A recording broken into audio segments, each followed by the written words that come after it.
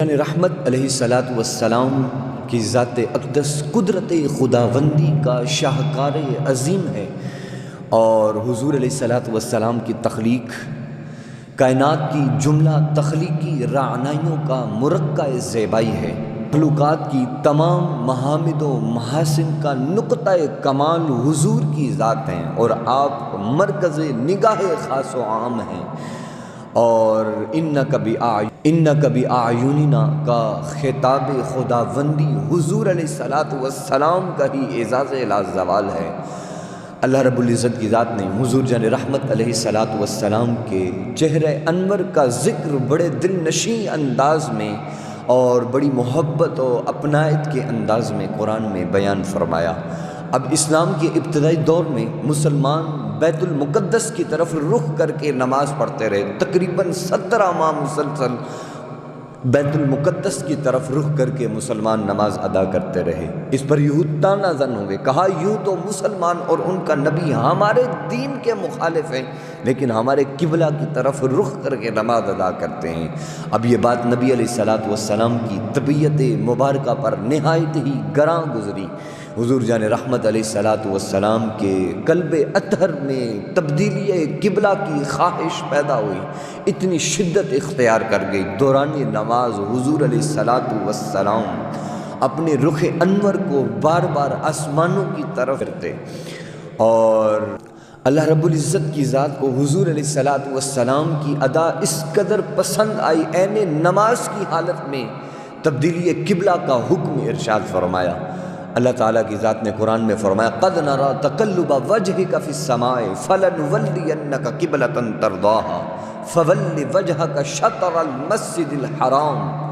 اللہ کی ذات نے قرآن میں فرمایا، کہا کہ اے حبیب ہم آپ کے رخ انور کو بار بار آسمان کی طرف اٹھتا ہوا دیکھتے ہیں، ہم ضرور بھی ضرور اسی کو قبلہ بنا دیں گے جس پر اے محبوب آپ راضی ہیں۔ اور پھر فوراً حکم فرمایا فَوَلِّ وَجْهَكَ شَطْرَ الْمَسْجِدِ الْحَرَامِ، کہا کہ اے حبیب اپنے رخ انور کو مسجد حرام کی طرف پھیر لیجئے۔ اور اللہ تبارک و تعالیٰ کی ذات نے حضور کی خواہش پر تبدیلی قبلہ فرمایا۔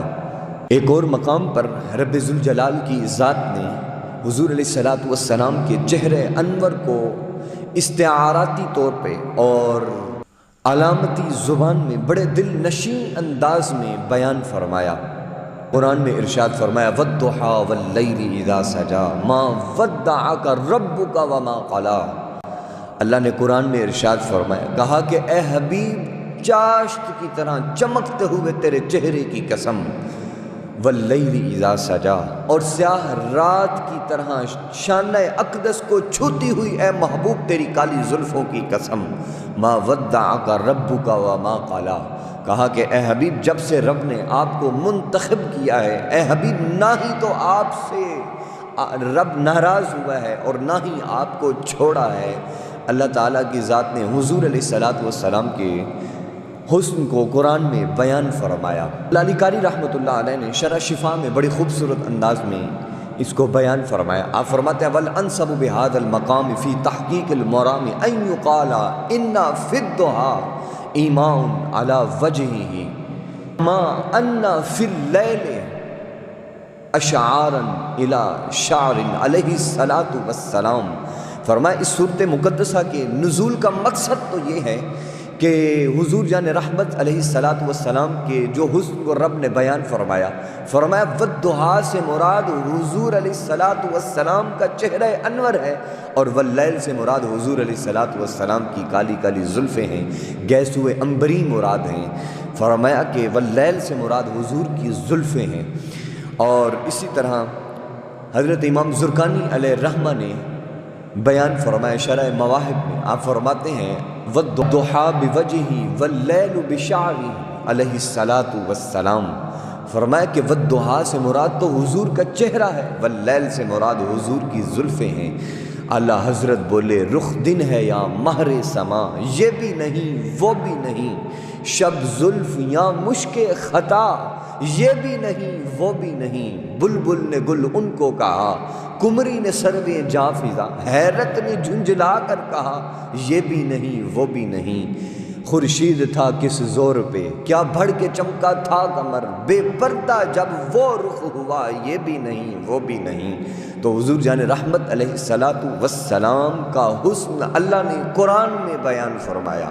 حضرت امام فخر الدین رازی رحمۃ اللہ علیہ تفسیر کبیر میں ارشاد فرماتے ہیں، آپ فرماتے ہیں کہ کیا کسی مفسر نے اس سے پہلے والضحیٰ سے مراد حضور کا چہرہ لیا ہو، واللیل سے مراد حضور کی زلفیں لی ہوں؟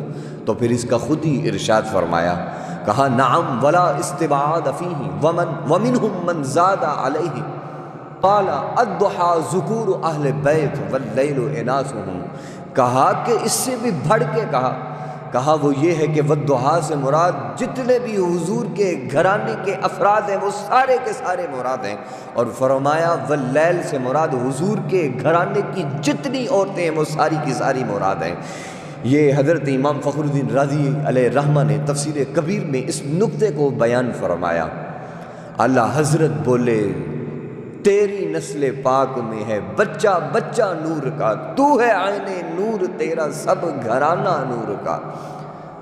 تو صحابہ کرام علیہم الرضوان حضور علیہ السلام کو چلتا پھرتا قرآن کہا کرتے، اور قرآن کے اوراق سے حضور علیہ السلام کے چہرے انور کو تشبیہ دیا کرتے۔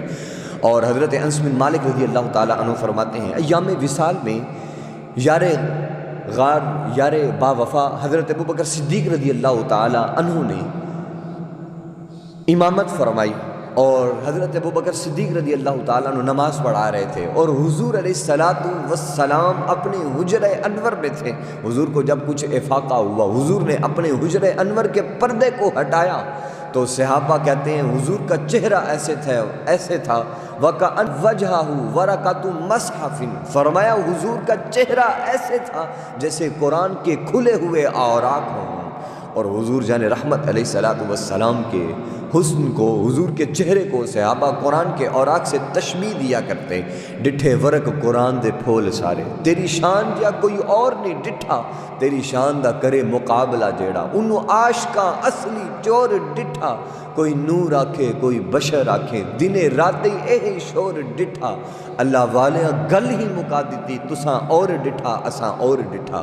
تو بات تو دیکھنے کی ہے۔ صحابہ کہتے ہیں وَكَأَنَّ وَجْهَهُ کا چہرہ تو ایسے تھا جیسے قرآن کے کھلے ہوئے اوراق ہوں۔ حضرت امام نووی علیہ رحمہ نے شرح صحیح مسلم میں بڑی خوبصورت بات بیان فرمائی۔ اس کے تحت آپ فرماتے ہیں کہ جس طرح ورق مصحف کو کلام الہی ہونے کی وجہ سے فرمایا کہ نور حسی اور نور معنوی ہونے پر یہ مشتمل ہے، اور اسی طرح یہ تمام کلاموں پر فوقیت رکھتا ہے، فرمایا اسی طرح حضور کا حسن طابع، حضور کا روح منور، حضور علیہ السلام کا حسن فرمایا تمام دنیا سے بے مثال ہے، میرا نظافت و لطافت و پاکیزگی میں یکتا و تنہا ہے۔ بخاری علیہ رحمہ نے کتاب التعبیر میں اس حدیث کو بیان کیا۔ حضور نے فرمایا من رآنی فقد رأى الحق فإن الشیطان لا یتقوننی، حضور نے ارشاد فرمایا کہ جس نے مجھے دیکھا اس نے حق کو دیکھا۔ پھر فرمایا کہ شیطان میری صورت کو اختیار کرنے کی استطاعت ہی نہیں رکھتا، طاقت ہی نہیں رکھتا۔ اور ایک اور جگہ پہ حضور جان رحمت علیہ السلام نے ارشاد فرمایا ان الشیطان لا یستطیع ان یتشبہ بی فمن رآنی فی النوم فقد رأى الحق، حضور نے فرمایا شیطان میری صورت کو اختیار کرنے کی طاقت ہی نہیں رکھتا، جس نے حالت نوم میں خواب میں مجھے دیکھا اس نے مجھے ہی دیکھا۔ اور اس روایت کو حضرت امام احمد بن حنبل نے اور امام ترمذی نے شمائل محمدیہ میں بیان فرمایا۔ حضور جان رحمت علیہ السلام کے اس قول کی شمائل امدادیہ میں حاجی امداد اللہ مہاجر مکی علیہ رحمہ نے اس کی تشریح یوں بیان فرمائی۔ آپ فرماتے ہیں اس حدیث کے دو معنی ہیں۔ فرمایا ایک تو مطلب یہ ہے کہ جس نے حضور کو دیکھا اس نے حضور کو ہی دیکھا، اور دوسرا یہ ہے کہ جس نے حضور کو دیکھا اس نے عین حق کو دیکھا، رب ذوالجلال کی ذات کو دیکھا۔ تو کیا ہی خوبصورت کہا، لا یمکن الثناء کما کان حقہ بعد از خدا بزرگ تو ہی قصہ مختصر۔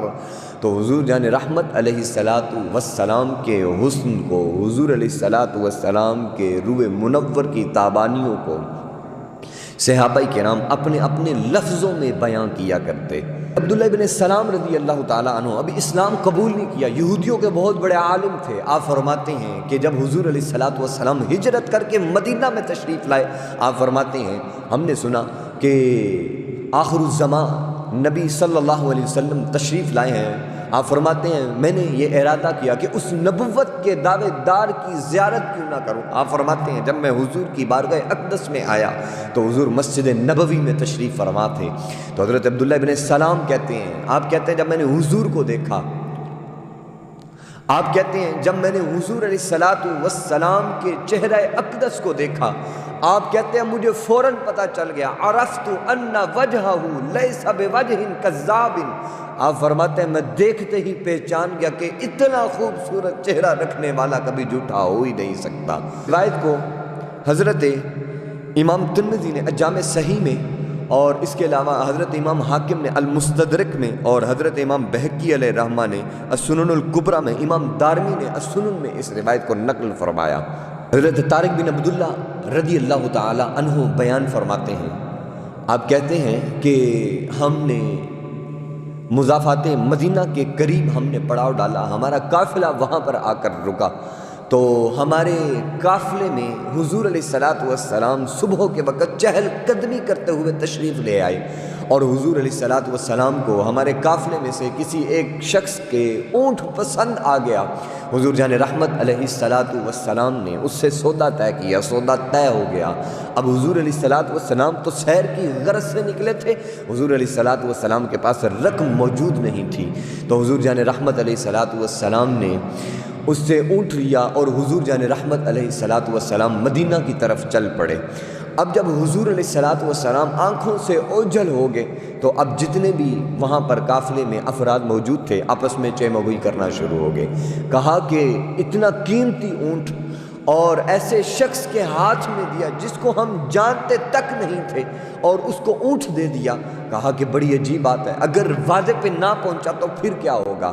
ابھی اپنے خدشات کا اظہار کر رہے تھے۔ تو حضرت طارق بن عبداللہ کہتے ہیں اتنے میں سالار قافلہ کی بیوی ساری باتیں سن رہی تھی، اور اس نے اپنے حجرے سے کہا کہ تم اس شخص کے بارے میں پریشان نہ ہو۔